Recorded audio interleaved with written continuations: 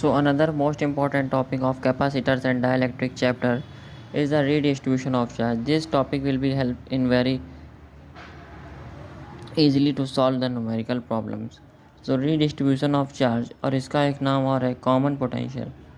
redistribution of charges या फिर common potential के नाम से जाना जाता है. तो when two bodies of different potentials are brought in contact, positive charge flows from high potential to low potential until the potential of two bodies become equal.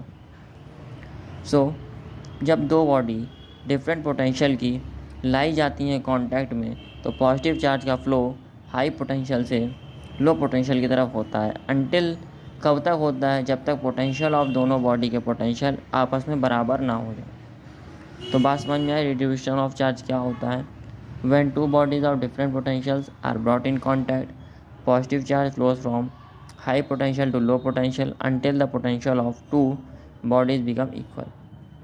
मानते हैं ये एक बॉडी है जिसका कैपेसिटेंस C1 है और इस पर चार्ज कितना है Q1 है, और दूसरी बॉडी है जिसका चार्ज Q2 है और उसका कैपेसिटेंस कितना है C2 है.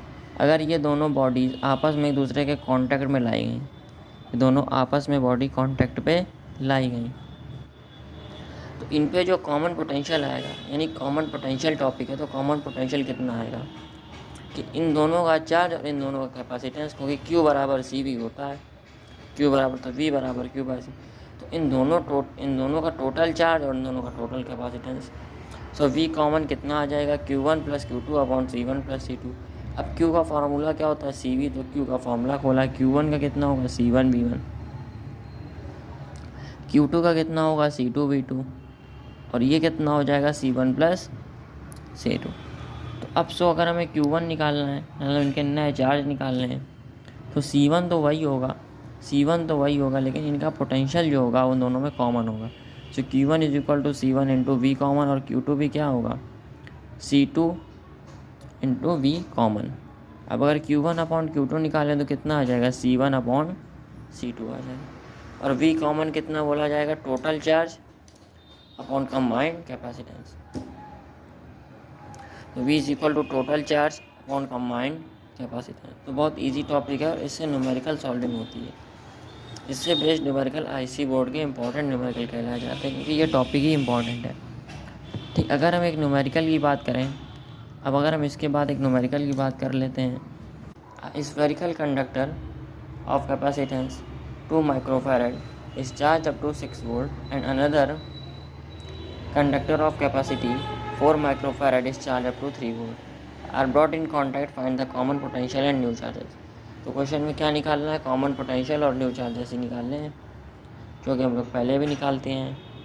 ठीक है, तो common potential and new charges निकालने होंगे. तो आपको पहला कैपेसिटेंस कितना दिया गया 2 माइक्रोफैरड का, पहले का V1 कितना दिया गया है कि V1 दिया ही गया है क्योंकि अप टू 6 वोल्ट दिया है, तो V1 कितना है 6 वोल्ट. C2 भी दिया ही हुआ है 4 माइक्रोफैरड, और V2 कितना दिया हुआ है 3 वोल्ट. अब अगर इनका V कॉमन निकालेंगे तो C1 V1 plus C2 V2 upon C1 plus C2 से V कॉमन आ जाएगा. वैल्यू रख दी 2 इंटू 6 प्लस 4 इंटू 3. ठीक है, अपॉन में C1 प्लस C2 अपॉन में इंटू 10 की पावर माइनस 6, जो भी वैल्यू आई. ठीक है, विद 2 माइक्रोफैरड और 4 6 माइक्रोफैरड, इनकी वैल्यू सॉल्व कर ली. इससे क्या आ गया V कॉमन आ गया. इससे क्वेश्चन का क्या आ गया V कॉमन आ गया. अगर V कॉमन आ गया तो अब क्यों नया चार्ज भी आ सकता है, तो कॉमन पोटेंशियल तो निकल आया. लेकिन और क्वेश्चन में भी था कि न्यू चार्जेस भी निकालने. क्या निकालने थे न्यू चार्जेस, तो न्यू चार्जेस भी निकाल लिए. Q1 is equal to C1 into V common की वैल्यू पुटअप करी. C1 हमें पता था तो Q1 नया चार्ज कितना आ गया 8 माइक्रोकूलम का चार्ज आ गया, और Q2 भी किससे आ गया C2 इंटू V कॉमन से आ गया. उसका Q2 कितना आया, वो भी हमने उसका कैपेसिटेंस और उसके V कॉमन से मल्टीप्लाई कर दिया, 16 माइक्रोकूलम आ गया.